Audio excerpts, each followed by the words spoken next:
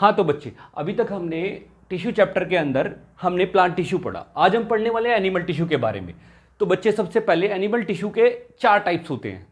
चार हेडिंग्स के अंडर में हम इस एनिमल टिश्यू को पढ़ेंगे। कौन कौन से भाई? पहला है एपिथेलियल टिश्यू, दूसरा कनेक्टिव टिश्यू, तीसरा मस्कुलर टिश्यू, चौथा नर्वस टिश्यू। इन चारों टाइप के टिश्यूज के हम फर्दर सब हेडिंग्स देखने वाले हैं। सारी मैंने लिखी हुई है। सबसे पहले तो बेटा जी हमें पता होना चाहिए कि एपिथेलियल टिश्यू होता क्या है। भाई सिंपल, जितनी भी कवरिंग्स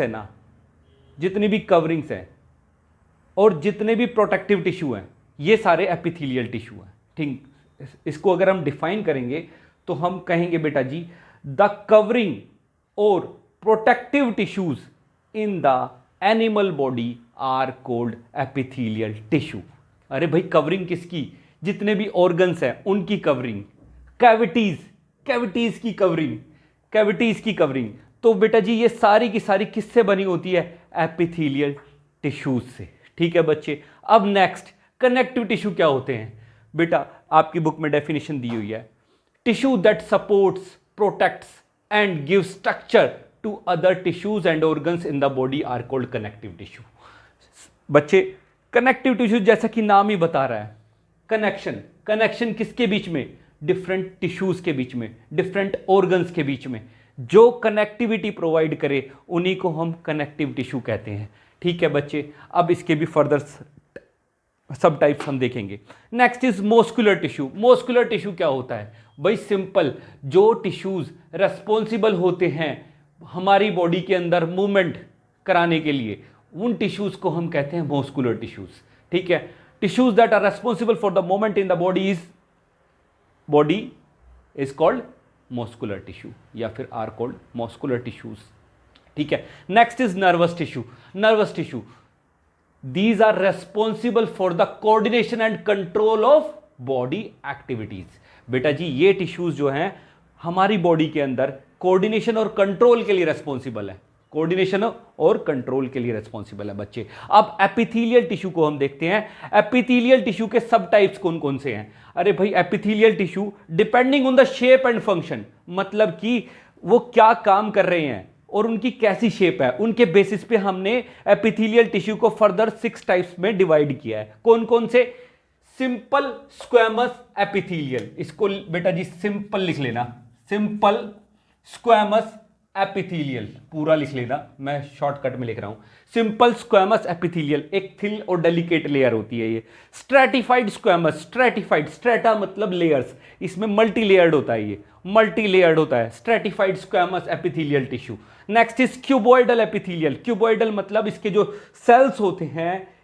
सेल्स होते हैं वो पिलर लाइक होते हैं, सॉरी पिलर लाइक नहीं, क्यूबॉइड शेप के होते हैं, क्यूबॉइडल शेप। ठीक है। नेक्स्ट इज कोल्यूमनार मींस इसके जो सेल्स होते हैं, कोल्यूमनार एपिथेलियल टिश्यू के सेल्स जो होते हैं वो कॉलम लाइक होते हैं। ठीक है, तो इसके बेसिस पे हमने इसको कोल्यूमनार एपिथेलियल टिश्यू बोला है। Next is columnar ciliated. अगर इन कोल्यूमनार सेल्स के अंदर, मतलब जो कोल्यूमनार सेल्स होते हैं उनके साथ अगर सीलिया भी अटैच्ड हो, हेयर लाइक स्ट्रक्चर भी अटैच्ड हो, तो बेटा जी उनको हम बोलेंगे कोल्यूमनार सिलिएटेड। अब ग्लैंडुलर एपिथेलियल टिश्यू, ये बच्चे क्यूबॉइडल टिश्यू, जब इनके ये कुछ फोल्ड होके एक ऐसा स्ट्रक्चर ले लेते हैं जो कि कुछ सीक्रेशंस को सीक्रेट करता है, कुछ सीक्रेशंस को रिलीज करता है, तो हम उसको बोलेंगे बेटा जी ग्लैंडुलर एपिथेलियल टिश्यू। ठीक है। इसी के साथ बेटा जी हमारा एपिथेलियल टिश्यू के टाइप्स भी हमने यहाँ पढ़ लिए। अब हम इनको एक एक करके एक्सप्लेन करेंगे बाद में। अभी मैं थोड़ा कनेक्टिव टिश्यू के बारे में बताता हूँ। कनेक्टिव टिश्यू को हम पढ़ने वाले हैं इन 7 सब हेडिंग्स के अंडर में। कौन कौन सी? भाई ब्लड, बहुत इंपॉर्टेंट कनेक्टिव टिश्यू है। Blood, bone, ligament, tendon, cartilage, areolar, adipose. चिंता मत करो, बाद में एक एक करके बहुत अच्छे से एक्सप्लेन करने वाला हूं। नेक्स्ट इज मस्कुलर टिश्यू बेटा जी 3 हेडिंग्स के अंडर में हम पढ़ेंगे, striated muscular tissue, unstriated muscular tissue और कार्डियक मस्कुलर टिश्यू। ठीक है बेटा जी। नेक्स्ट इज नर्वस टिश्यू हमारे, जैसा कि मैंने बता दिया आपको, ये कोऑर्डिनेशन और कंट्रोल के लिए रिस्पॉन्सिबल होता है। अब ये 2 टाइप्स के होते हैं नर्वस टिश्यू के अंदर, 2 टाइप्स के सेल्स होते हैं। कौन कौन से? नर्व सेल्स, जिनको हम न्यूरॉन्स भी बोलते हैं, दूसरा है ग्लायल सेल्स।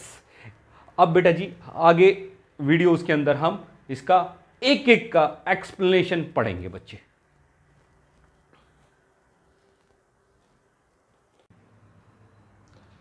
हाँ तो बच्चे अब हम देखते हैं एपिथेलियल टिश्यू के बारे में। सबसे पहले एपिथेलियल टिश्यू होता क्या है? द कवरिंग और protective tissues in animal body are epithelial tissues. जो भी कवरिंग है या फिर प्रोटेक्टिव टिश्यूज एनिमल बॉडी में, वो सब के सब एपिथेलियल टिश्यू है। ठीक है, मेन काम क्या है इनका भाई? It covers body organs and cavities. जितनी भी बॉडी ऑर्गन्स होती हैं सबकी आउटर कवरिंग एपिथेलियल टिश्यू की बनी होती है। जितनी भी कैविटीज हैं उनके अंदर की जो लाइनिंग है वो सारी की सारी एपिथेलियल टिश्यू की बनी होती है। सिंपल, ये क्या एक बैरियर बनाता है किसके बीच में? डिफरेंट बॉडी सिस्टम्स के बीच में। अलग अलग जितने भी बॉडी सिस्टम्स हैं बच्चे, जितने भी बॉडी ऑर्गन्स हैं, उनको सेपरेट करने के लिए ये बैरियर का काम करता है। ठीक है बच्चे, तो मैंने लिख दिया है it forms barrier to keep different body system separate. ठीक है बच्चे, एग्जाम्पल क्या है इसके? अरे भाई skin, lining of mouth, blood vessels, lung alveoli, kidney tubules, ये सारी की सारी क्या है? ये एग्जाम्पल है किसके? एपिथेलियल टिश्यूज के। जितनी भी स्किन है, लाइनिंग ऑफ माउथ है, ब्लड वेसल्स की लाइनिंग है, लंग्स एल्वियोलाई की लाइनिंग्स हैं, किडनी ट्यूब्यूल्स हैं, ये सब के सब एपिथेलियल टिश्यू से मिलके बने होते हैं। ठीक है बच्चे, अब इनका स्ट्रक्चर कैसा होता है? ये क्या है? टाइटली पैक्ड होते हैं। इसके जो सेल्स हैं वो बिल्कुल टाइटली पैक्ड होते हैं और एक कंटिन्यूस शीट टाइप बनाते हैं। एक कंटिन्यूस शीट की तरह से ये अरेंज होते हैं। इनके बीच में कोई इंटरसेल्युलर स्पेस नहीं होता। ठीक है बच्चे, ये इसके बारे में, स्ट्रक्चर के बारे में हो गया थोड़ा सा। अब जो भी हमारी बॉडी के अंदर से बाहर जाएगा या बाहर से बॉडी के अंदर आएगा, भाई कम से कम एक लेयर ऑफ एपिथेलियम तो वो क्रॉस करेगा ही करेगा। एक लेयर ऑफ एपिथेलियम तो वो क्रॉस करेगा ही करेगा। इवन हमारी बॉडी के डिफरेंट पार्ट्स के अंदर भी कुछ एक्सचेंज हो रहा है ना, तो वो भी क्या? एपिथेलियल टिश्यू के थ्रू ही होगा। एपिथेलियल टिश्यू की जो लाइनिंग्स है ना, उसको क्रॉस करने के बाद ही होगा।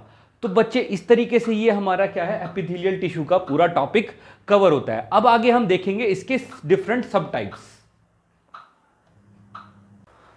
हाँ बेटा जी, इस वीडियो में हम एपिथेलियल टिश्यू को कंप्लीट करने वाले हैं। ठीक है, एपिथेलियल टिश्यू को based on their function and shape 6 types में डिवाइड किया गया। ठीक है, अब फर्स्ट टाइप है उसका सिंपल स्क्वैमस एपिथेलियल टिश्यू। बेटा जी देखो, इसमें हम थोड़ा सा वर्ड्स को पकड़ने की कोशिश करेंगे। स्क्वैमस मतलब होता है scale of skin. Simple scale of skin मतलब सिंपल लेयर ऑफ स्किन। ऐसे टिश्यूज, ऐसे एपिथेलियल टिश्यू जो कि एक सिंपल सिंगल लेयर में होते हैं, सिंपल सिंगल लेयर में होते हैं, उनको हम सिंपल स्क्वैमस एपिथेलियल टिश्यू बोलते हैं। ठीक है बच्चे, इसके बारे में देखो। एक्सट्रीमली थिन एंड फ्लैट, ये क्या होते हैं? ये लेयर क्या होती है? एक्सट्रीमली थिन एंड फ्लैट होती है और एक डेलिकेट लेयर के रूप में होती है। ठीक है, ये सेल्स क्या है? सिंपल स्क्वैमस एपिथेलियल टिश्यू क्या है? एक्सट्रीमली थिन एंड फ्लैट होते हैं और एक डेलिकेट लेयर फॉर्म करते हैं। ऐसे कहां पर मिलते हैं ये बॉडी में?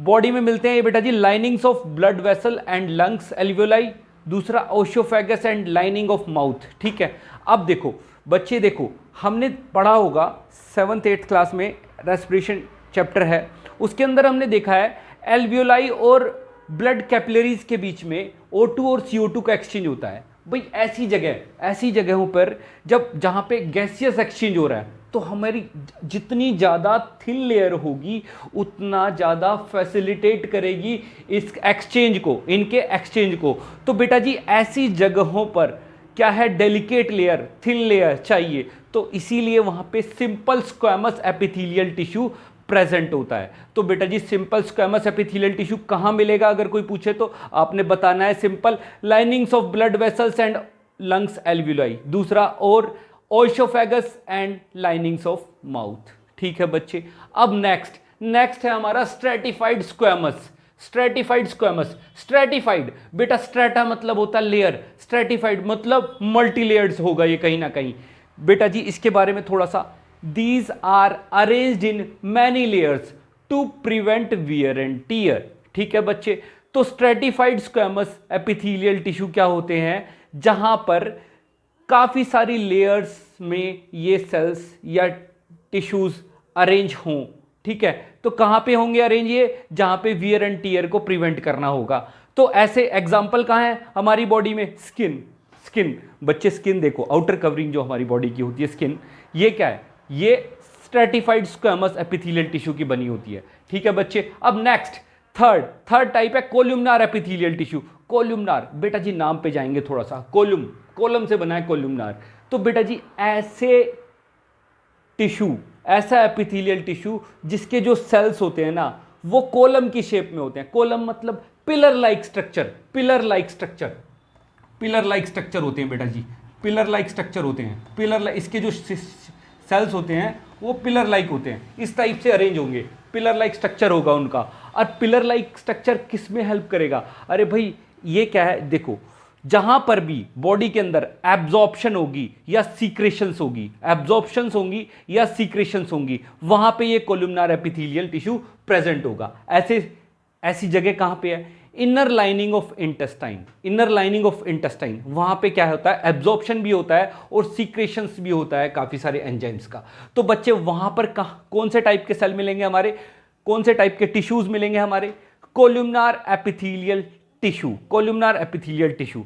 अब बच्चे कई बार ऐसा होता है कि ये जो कोलुमनार एपिथेलियल टिश्यू होते हैं ना, इनके साथ सीलिया लाइक स्ट्रक्चर, सीलिया क्या होते हैं, सीलिया होते हैं बेटा हेयर लाइक स्ट्रक्चर, वो अटैच्ड होते हैं। जहां पर भी इन कोलुमनार एपिथेलियल टिश्यू के साथ सीलिया अटैच्ड होंगे, हेयर लाइक स्ट्रक्चर अटैच्ड होंगे, वहां पर हम इनको बोलेंगे सीलिएटेड कोलुमनार एपिथेलियल टिश्यू। ठीक है बच्चे, अब ऐसे मिलेंगे कहां पर, ऐसे सेल्स, ऐसे टिश्यूज मिलेंगे हमें रेस्पिरेटरी ट्रैक्ट में। रेस्पिरेटरी ट्रैक्ट में ही क्यों, अरे भाई रेस्पिरेटरी ट्रैक्ट में इसलिए क्योंकि वहां पे क्या है, कई बार म्यूकस फॉर्मेशन होता है, और म्यूकस फॉर्मेशन, इस म्यूकस को बाहर निकालने के लिए ये हेयर लाइक स्ट्रक्चर सीलियाज प्रेजेंट होते हैं, क्योंकि ये उसके मूवमेंट में हेल्प करती हैं। ठीक है, ये स्ट्रक्चर उसके मूवमेंट में हेल्प करेंगे। ठीक है, म्यूकस की मूवमेंट में हेल्प करेंगे, उसको बाहर थ्रो करने में हेल्प करेंगे।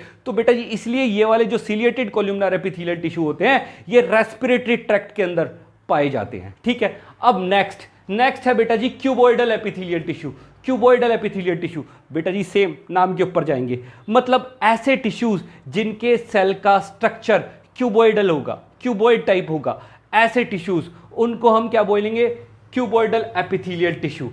कहां पर मिलेंगे, lining of kidney tubules and duct of salivary gland. अब ये क्या है, क्यूबॉइडल स्ट्रक्चर क्या है, थोड़ी सी मैकेनिकल स्ट्रेंथ प्रोवाइड करता है। तो बेटा जी इसीलिए लाइनिंग ऑफ किडनी ट्यूबुल्स और डक्ट्स ऑफ सैलिवरी ग्लैंड में ये क्यूबॉइडल एपिथेलियल टिश्यू प्रेजेंट होता है। मतलब ये जो लाइनिंग ऑफ किडनी ट्यूबुल्स और ducts of salivary gland cuboidal epithelial tissue के बने होते हैं। ठीक है बच्चे, अब नेक्स्ट आता है हमारा ग्लैंडुलर एपिथेलियल टिश्यू। कई बार ऐसा होता है बेटा जी, एपिथेलियल टिश्यू जो है ना फोल्ड होता है इनवर्ड, मतलब अंदर की तरफ फोल्ड हो जाता है और एक मल्टी सेल्यूलर स्ट्रक्चर फॉर्म कर देता है, जो कई बार कुछ सीक्रेशंस को रिलीज करता है। ऐसे में इस एपिथेलियल टिश्यू को हम बोलेंगे ग्लैंडुलर एपिथेलियल टिश्यू। ठीक है बच्चे, थोड़ा मैंने इनके बारे में लिख भी दिया है और मुझे लगता है मैंने अच्छे से एक्सप्लेन भी कर दिया है विद लॉजिकल रीजंस। ठीक है, तो बच्चे इसको आप लिख लीजिएगा थोड़ा सा। ठीक है, और एनसीईआरटी को इसके बाद पढ़ेंगे ना, आपकी एक एक चीज क्लियर हो जाएगी बच्चे। ठीक है, तो इसके बाद एनसीईआरटी को जरूर रीड आउट कर लेना, आपके लिए एनसीईआरटी पढ़ना भी इजी होगा और आपके कॉन्सेप्ट भी एकदम क्लियर हो जाएंगे बच्चे। ठीक है बच्चे, इसी के साथ हमारा एपिथेलियल टिश्यू खत्म होता है। नेक्स्ट पढ़ेंगे हम कनेक्टिव टिश्यू।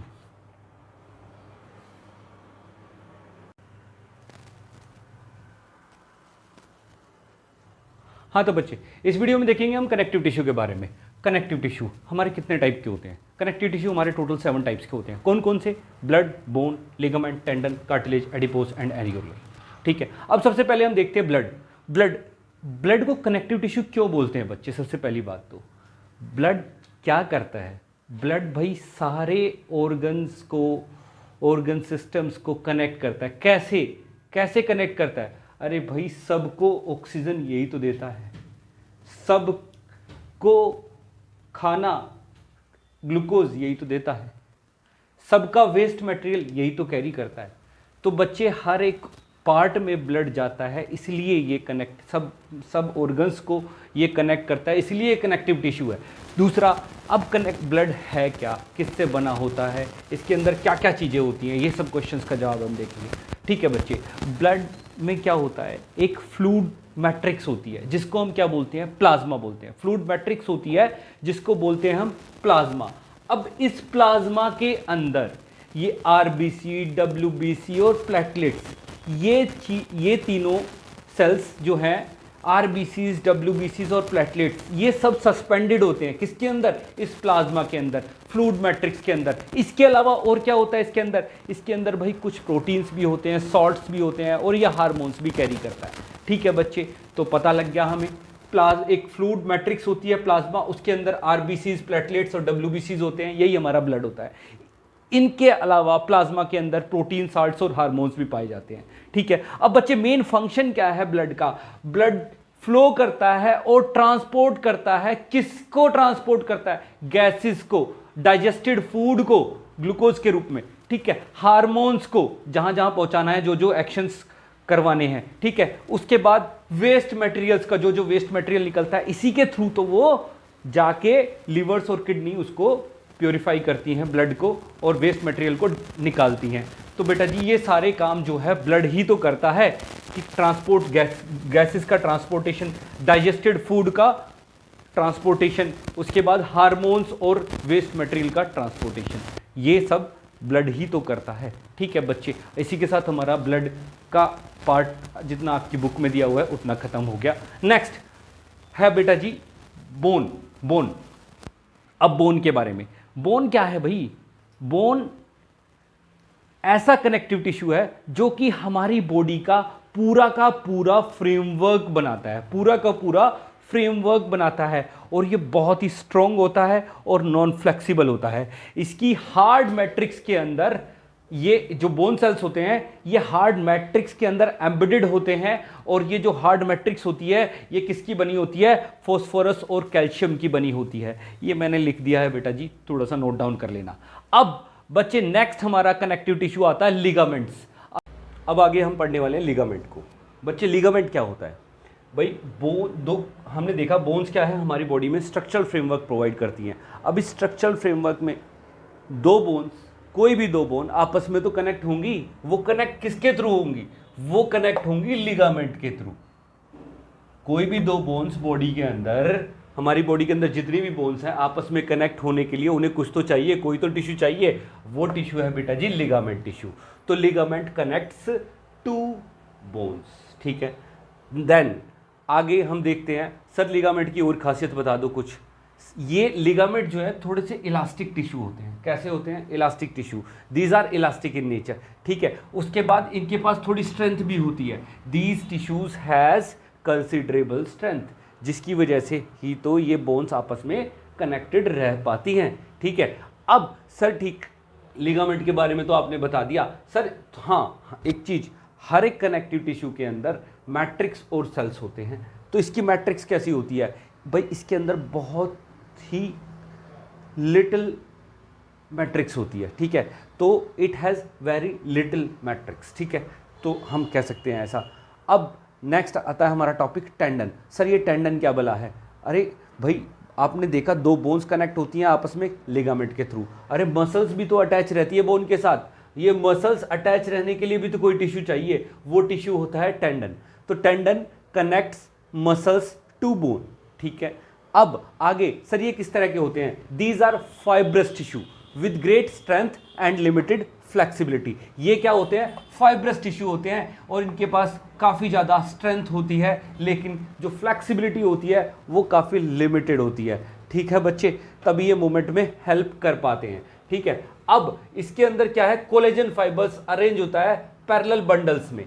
तो टेंडन कैसे बना होता है, tendons is made up of collagen fibres parallelly arranged in bundles. ठीक है बच्चे, तो टेंडन जो है फाइब्रस टिश्यू होता है, कोलेजन फाइबर से मिलके बना होता है, और ये जो कोलेजन फाइबर्स है पैरेलल बंडल्स में अरेंज्ड होते हैं, ठीक है। इनकी स्ट्रेंथ बहुत ज़्यादा होती है और फ्लेक्सिबिलिटी लिमिटेड होती है। आगे देखते हैं कार्टिलेज। ये कार्टिलेज क्या बोला है सर, ये भी एक कनेक्टिव टिश्यू है, कनेक्टिव टिश्यू है। इसकी जो मैट्रिक्स होती है वो सॉलिड होती है और उसमें प्रोटीन और शुगर बहुत ज़्यादा मात्रा में होते हैं। इसके जो सेल्स है ना, सेल्स, उनको कॉन्ड्रोब्लास्ट बोलते हैं और ये वाइडली स्पेस्ड सेल्स होते हैं, मतलब काफ़ी ज़्यादा इनके बीच में स्पेस होता है, जिसकी वजह से थोड़ी सी फ्लेक्सिबिलिटी भी होती है इनके अंदर। सर ये पाए कहाँ जाते हैं? ये पाए जाते हैं ईयर पिन्ना में, ट्रैकिया में, लैरिंक्स में और एंड ऑफ लॉन्ग बोन्स में, एंड ऑफ लॉन्ग बोन्स, ठीक है। अब एंड ऑफ लॉन्ग बोन्स में क्या काम है? अरे भाई ये उनका जो सरफेस है ना, सरफेस, वो उस सरफेस को स्मूथ बनाते हैं। एंड जो एंड होते हैं ना, जॉइंट्स पे जो एंड होते हैं लॉन्ग बोन्स के, उन एंड्स को स्मूथ बनाते हैं जिससे कि जॉइंट्स जो है स्मूथली फंक्शन कर पाएँ, ठीक है। तो इनका मेन फंक्शन क्या है? They cartilage provide support and flexibility to body parts.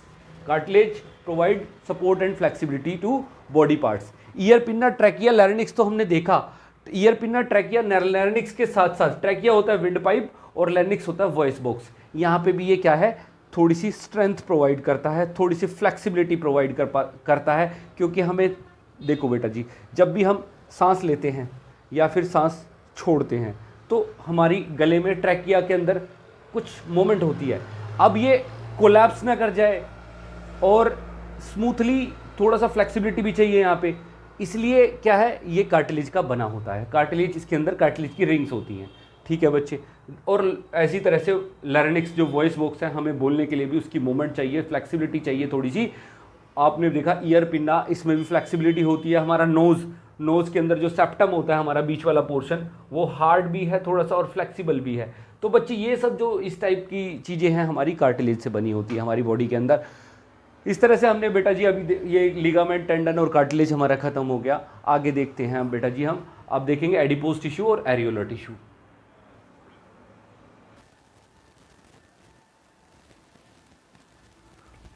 हाँ तो बच्चों, अभी तक हमने कनेक्टिव टिश्यू के बारे में देखा। हमने पढ़ा, ब्लड को पढ़ा, बोन को पढ़ा, लिगामेंट्स को पढ़ा, टेंडन को पढ़ा और कार्टिलेज को पढ़ा।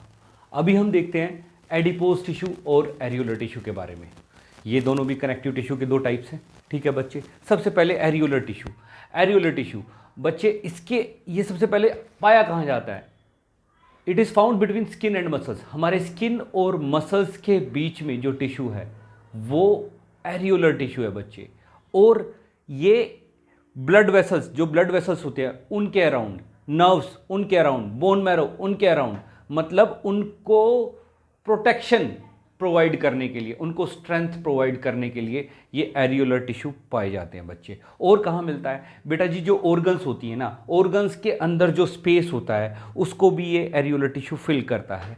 और कई बार ये इंटरनल ऑर्गन्स को सपोर्ट भी करता है, ठीक है। और इसके अंदर क्या है, कुछ टाइप के सेल्स होते हैं जो कि रिपेयर ऑफ टिश्यू में भी हेल्प करते हैं, ठीक है बच्चे। अब इसके अंदर ये एरियोलर टिश्यू जो होता है, जितने भी हमारे कनेक्टिव टिश्यू हैं, दो चीज़ें मिलती हैं इनमें, जैसा कि हमने देखा, मैट्रिक्स और सेल्स। तो इसकी जो मैट्रिक्स होती है वो थोड़ी सी जेली लाइक होती है और इसके अंदर जो सेल्स होते हैं वो कितने टाइप के हैं? इसके जो सेल्स हैं मैंने नाम लिखा हुआ बेटा जी, fibroblast, collagen fibre, mast cell, macrophages, reticular fibre. अब ये फाइब्रोब्लास्ट कैसे दिखते हैं? ये फाइब्रोब्लास्ट कुछ इस तरह के शेप के होते हैं बेटा जी। इसका क्लियर कट न्यूक्लियस दिखता है, ठीक है। अब इनके अंदर से क्या है, कोलेजन फाइबर निकलते हैं। ये कोलेजन फाइबर क्या होते हैं? पैरेलली अरेंज्ड होते हैं और हाई टेंसाइल स्ट्रेंथ होती है इनकी, ठीक है बच्चे। और अब reticular fibre, collagen fibre, reticular fibre थोड़े से ब्रांच्ड होते हैं, जैसे कि ये अनब्रांच्ड होते हैं और पैरेलली अरेंज होते हैं। इसी तरीके से जो रेटिकुलर फाइबर है ये क्या होते हैं? ब्रांच्ड होते हैं, इनकी ब्रांच निकली होती है और इसकी ये जो है सिंगल मिलते हैं। ये जो है बंडल में, ग्रुप में नहीं मिलते जैसे कि कोलेजन फाइबर मिलते हैं। और इसके बाद हम देखते हैं मास्ट सेल भी बिल्कुल राउंड ओवल शेप के होते हैं। इनका भी एक न्यूक्लियस, क्लियर कट न्यूक्लियस दिखाई देता है हमारा। और इसके अंदर भी साइटोप्लाज्म होता है, बाकी सारी सेल ऑर्गेनेल्स तो होती हैं। अब इसके अंदर से क्या, इनकी खासियत क्या है? इसके अंदर से दो केमिकल सीक्रेट होते हैं। कौन कौन से? हिपेरिन और हिस्टामिन। हिस्टामिन क्या होता है? एंटी एलर्जन होता है। ये जो एलर्जी के कारण स्वेलिंग जो हो जाती है हमारी बॉडी पे, वो हिस्टामिन के कारण होती है। हिपेरिन क्या होता है? हिपेरिन एंटीकोगुलेंट होता है। एंटीकोगुलेंट मतलब हमारी बॉडी में कहीं ब्लीडिंग वगैरह होती है, कट वगैरह लगता है, तो कोगुलेशन में हेल्प करता है। ठीक है बच्चे। मैक्रोफेजिस जैसे कि WBC जो है फैगोसाइटोसिस का काम करता है, उसी तरह से ये मैक्रोफेजिस जो है WBC का ही टाइप है एक तरह से। तो ये क्या है? ये फैगोसाइटोसिस का काम करता है। कोई भी फॉरेन ऑब्जेक्ट, फॉरेन बैक्टीरिया वगैरह आते हैं तो उनको किल करने का काम करता है। ठीक है। तो नेक्स्ट बेटा जी ये हो गया हमारा एरिकुलर टिश्यू के बारे में। इसके बाद चलते हैं हम एडिपोज टिश्यू के बारे में बच्चे। एडिपोज टिश्यू कहाँ मिलता है? It is found below the skin and between internal organs. ठीक है, स्किन के जस्ट नीचे मिलता है ये, और इंटरनल ऑर्गन्स के बीच में उनको कुशन प्रोवाइड करता है। ठीक है बच्चे। और ये दिखता कैसा है भाई? ये कुछ इस तरीके का दिखता है। इसके जो एडिपोज टिश्यू जो होता है उसका ये एडिपोसाइट सेल से मिलके बनता है। एडिपोसाइट जो सेल होते हैं उनके बीच में एक फैट ग्लोब्यूल होता है। फिर इस फैट ग्लोब्यूल के कारण इसका जो साइटोप्लाज्म है वो पेरिफेरी में चला जाता है, न्यूक्लियस भी पेरिफेरी में चला जाता है, जैसा कि ये बेटा न्यूक्लियस है हमारा। ठीक है, ये हमारा साइटोप्लाज्म है। तो इस फैट ग्लोब्यूल के कारण ये जो न्यूक्लियस है वो भी पेरिफेरी में चला जाता है, साइटोप्लाज्म भी पेरिफेरी में चला जाता है। ठीक है बच्चे। और अब ये जो एडिपोज टिश्यू है ये इंसुलेटर का काम भी करता है। इंसुलेटर का काम किससे? टेम्परेचर से। जितने ज़्यादा एडिपोज टिश्यू होंगे उतना ज़्यादा जो बाहर का टेम्परेचर होगा उसका बॉडी के टेम्परेचर पे असर कम होगा। जैसा कि हम देखते हैं बेटा जी, मोटे लोग जो होते हैं, मोटे लोगों में एडिपोज टिश्यू की क्वांटिटी बहुत ज़्यादा होती है, जिसकी वजह से क्या होता है, उन पे बाहर की ठंड का असर कम होता है। तो मतलब ये टेम्परेचर को मेंटेन करने का भी काम करते हैं एडिपोज टिश्यू। ठीक है बच्चे। इसी के साथ हमारा ये कनेक्टिव टिश्यू पूरा खत्म होता है। अब आगे चलते हैं हम मस्कुलर टिश्यू पे। इस वीडियो में हम देखते हैं मस्कुलर टिश्यू के बारे में। तो बच्चे मस्कुलर टिश्यू जो होता है वो सबसे पहले काम क्या है इसका? It is responsible for all type of movements in our body. हमारी बॉडी में जितने भी टाइप के मूवमेंट होते हैं सबके लिए रिस्पॉन्सिबल हमारा मस्कुलर टिश्यू है। इनका जो मस्कुलर टिश्यू है, अब ये कैसे बना होता है? ये इलोंगेटेड सेल्स होते हैं इसके अंदर, जिनको हम मसल फाइबर के नाम से भी जानते हैं। ठीक है। इसके अंदर एक टाइप का प्रोटीन होता है जिसको हम बोलते हैं कॉन्ट्रैक्टाइल प्रोटीन। ये कॉन्ट्रैक्टाइल प्रोटीन क्या करता है? कॉन्ट्रैक्ट करता है, रिलैक्स करता है, कॉन्ट्रैक्ट करता है, रिलैक्स करता है, जिसकी वजह से मूवमेंट कोज होती है बेटा जी। अब नेक्स्ट है इसके टाइप्स कितने टाइप के हैं? मस्कुलर टिश्यू हमारे 3 टाइप के हैं। कौन कौन से? स्ट्राइटेड, अनस्ट्राइटेड और कार्डियक। ठीक है बच्चे। स्ट्राइटेड मस्कुलर टिश्यू के बारे में सबसे पहले हम पढ़ेंगे बेटा जी। इनको हम वॉलंटरी मसल फाइबर्स के नाम से भी जानते हैं। ठीक है। वॉलंटरी मसल फाइबर्स इनको कहते क्यों हैं? रीज़न क्या है बच्चे? ये सबसे पहली बात तो ये कहाँ मिलते हैं? ये मिलते हैं बेटा जी, जितनी भी बोन्स होती है ना, हमारी जितनी भी बोन्स होती हैं सबके साथ अटैच्ड जो मसल फाइबर होते हैं वो हमारे ये स्ट्राइटेड मसल फाइबर होते हैं, और बोन्स के साथ अटैच होते हैं, इसीलिए इनको स्केलेटल मसल फाइबर भी बोलते हैं। और बेटा जी ये जितने भी मसल्स होते हैं ये हमारी विल के अकॉर्डिंग ही मूव करते हैं। मतलब अगर हम चाहेंगे मूवमेंट हो, अगर हम चलना चाहेंगे तो चलेंगे, अगर हम हाथों को मूव करना चाहेंगे तो मूव करेंगे, अगर नहीं करना चाहेंगे तो नहीं। इट मीन्स ये हमारी विल के अकॉर्डिंग कंट्रोल होते हैं, इसीलिए हम इनको वॉलंटरी मसल फाइबर्स कहते हैं। ठीक है। ये हमारी बोन्स के साथ अटैच होते हैं, हमारे स्ट्रक्चर को बिल्डअप करने में हेल्प करते हैं, that's why they are called skeletal muscle fibres. ठीक है। अब बेटा जी अंडर माइक्रोस्कोप हम इनको देखते हैं, इन स्ट्राइटेड मसल फाइबर्स को जब हम अंडर माइक्रोस्कोप देखते हैं स्टेन करके, तो बेटा जी हमें ऑल्टरनेट लाइट और डार्क बैंड्स दिखाई देते हैं। ऑल्टरनेट लाइट और डार्क बैंड्स दिखाई देते हैं। ऑल्टरनेट लाइट और डार्क बैंड्स दिखाई देते हैं। ऑल्टरनेट लाइट और डार्क बैंड्स दिखाई देने की वजह से हम इनको स्ट्राइटेड मसल फाइबर भी बोलते हैं, स्ट्राइटेड मस्कुलर टिश्यू भी बोलते हैं। स्ट्राइटेड मतलब अल्टरनेट लाइट और डार्क बैंड्स दिखते हैं, स्ट्राइएशंस दिखती हैं, that's why they are called striated muscle fibres. ठीक है, अब इसके जो सेल्स के जो टाइप है वो कैसे होते हैं, इसके जो सेल्स होते हैं ना, स्ट्राइटेड मसल फाइबर्स के जो सेल्स होते हैं वो लॉन्ग होते हैं, सिलेंड्रिकल शेप के होते हैं और अनब्रांच्ड होते हैं बेटा जी।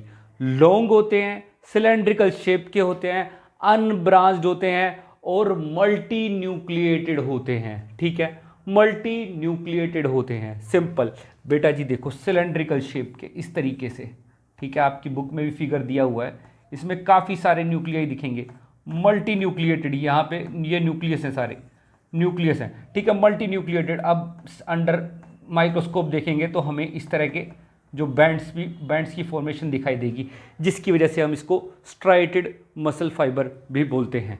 ठीक है बच्चे, मल्टी न्यूक्लिएटेड होते हैं, अनब्रांच्ड होते हैं, बिल्कुल एक ही सिलेंड्रिकल शेप के होते हैं, कोई ब्रांच नहीं दिख रही ना इसमें, अनब्रांच्ड होते हैं। और ये मिलते कहाँ हैं, लिम्स में, जैसा कि मैंने बताया हाथ पैर जितने भी बोन्स हैं सबके साथ अटैच यही होते हैं हमारे स्ट्राइटेड मसल फाइबर्स। ठीक है बच्चे, अब नेक्स्ट देखते हैं हम अनस्ट्राइटेड मसल फाइबर या अनस्ट्राइटेड मस्कुलर टिश्यू। ठीक है बच्चे, जितने भी इनवॉलंटरी मूवमेंट है बेटा जी, इनवॉलंटरी मूवमेंट मतलब कि जैसे कि देखो movement of food in alimentary canal, alimentary canal में एक बार हम खाना खाते हैं तो मूव अपने आप करता है ना भाई फूड, हम उनको कहते तो नहीं है, हम कहीं हमारे हाथ में तो नहीं है उसकी मूवमेंट। उसके बाद contraction and relaxation of blood vessels, blood vessels का जो कॉन्ट्रैक्शन और रिलैक्सेशन है वो भी तो इनवॉलंटरी है बेटा, इनवॉलंटरी मूवमेंट है, हमारे हाथ में नहीं है, हमारे कंट्रोल में नहीं है। आइरिस ऑफ आइज, हमारी पलकों का झपकना, ये भी क्या है, इनवॉलंटरी मूवमेंट है। यूरेटर्स, ब्रोंकाई ऑफ लंग्स, यहाँ पे भी यही अनस्ट्राइटेड मस्कुलर टिश्यू मिलते हैं। ये सारी की सारी मूवमेंट बेटा इनवॉलंटरी मूवमेंट होती हैं हमारी, इसीलिए हम इनको इनवॉलंटरी मसल्स कहते हैं। क्या कहते हैं, इनवॉलंटरी मसल्स कहते हैं। और बेटा जी इसका दूसरा नाम स्मूथ मसल्स भी है, इसका दूसरा नाम स्मूथ मसल्स भी है। ठीक है बच्चे, अब जितनी भी मूवमेंट होती है हमारे, जहाँ पे भी हमारी इनवॉलंटरी मूवमेंट होती हैं वहाँ पे ये हमारे अनस्ट्राइटेड मस्कुलर टिश्यू मिलते हैं। अब बेटा जी इसके सेल्स कैसे होते हैं, इसके सेल्स बेटा जी लॉन्ग होते हैं, लंबे सेल्स होते हैं, जैसे उसके भी सेल्स जो स्ट्राइटेड मसल्स मस्कुलर टिश्यू थे वो भी हमारे लॉन्ग होते थे, ये भी लॉन्ग होते हैं, लेकिन वो क्या थे, सिलेंड्रिकल शेप के थे, ये स्पिंडल शेप के होते हैं। स्पिंडल शेप कैसी होती है बेटा जी, स्पिंडल शेप होती है ये कुछ इस तरह की पॉइंटेड शेप होती है बेटा जी, वो जो पॉइंट से ये यहाँ पे पॉइंटेड शेप, ये क्या है पॉइंटेड शेप, बीच में ये थोड़ी सी मोटी होती है और इसमें न्यूक्लियस होता है, एक सिंगल न्यूक्लियस होता है। तो बेटा जी ये these cells are long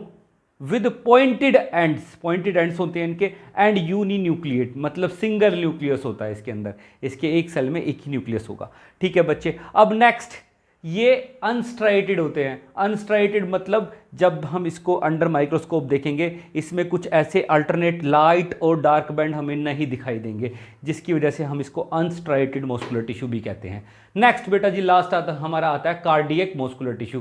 cardiac muscular tissue ये भी क्या होता है, इनवॉलंटरी मस्कुलर टिश्यू होता है। इनवॉलंटरी क्यों है, अरे भाई हमारी जो कार्डियक मसल्स हैं वो continuous through out life contract और रिलैक्स करती रहती है, जिसकी और इसका जो मोमेंट होता है हमारे कंट्रोल में नहीं होता है, that's why it is called involuntary muscles. ठीक है, इसके सेल्स कैसे होते हैं, इसके सेल्स भी सिलेंड्रिकल होते हैं लेकिन ब्रांच्ड होते हैं। सिलेंड्रिकल होते हैं, इसके भी सिलेंड्रिकल थे लेकिन इसके अनब्रांच थे, इसके ब्रांच्ड होते हैं और यूनी न्यूक्लिएट होते हैं, मतलब इसमें कुछ करेक्टरिस्टिक्स इसकी और कुछ करेक्टरिस्टिक्स इसकी। ये यूनी न्यूक्लिएट थे, ये भी न्यूक्लिएट, ये भी यूनी न्यूक्लिएट, ये सिलेंड्रिकल थे, ये भी सिलेंड्रिकल है। ठीक है, अब बेटा जी ये क्या होते हैं, ब्रांच्ड होते हैं, ये अनब्रांच थे। तो बच्चे इस तरीके से हमारा ये मस्कुलर टिश्यू भी यहाँ पे खत्म होता है बच्चे।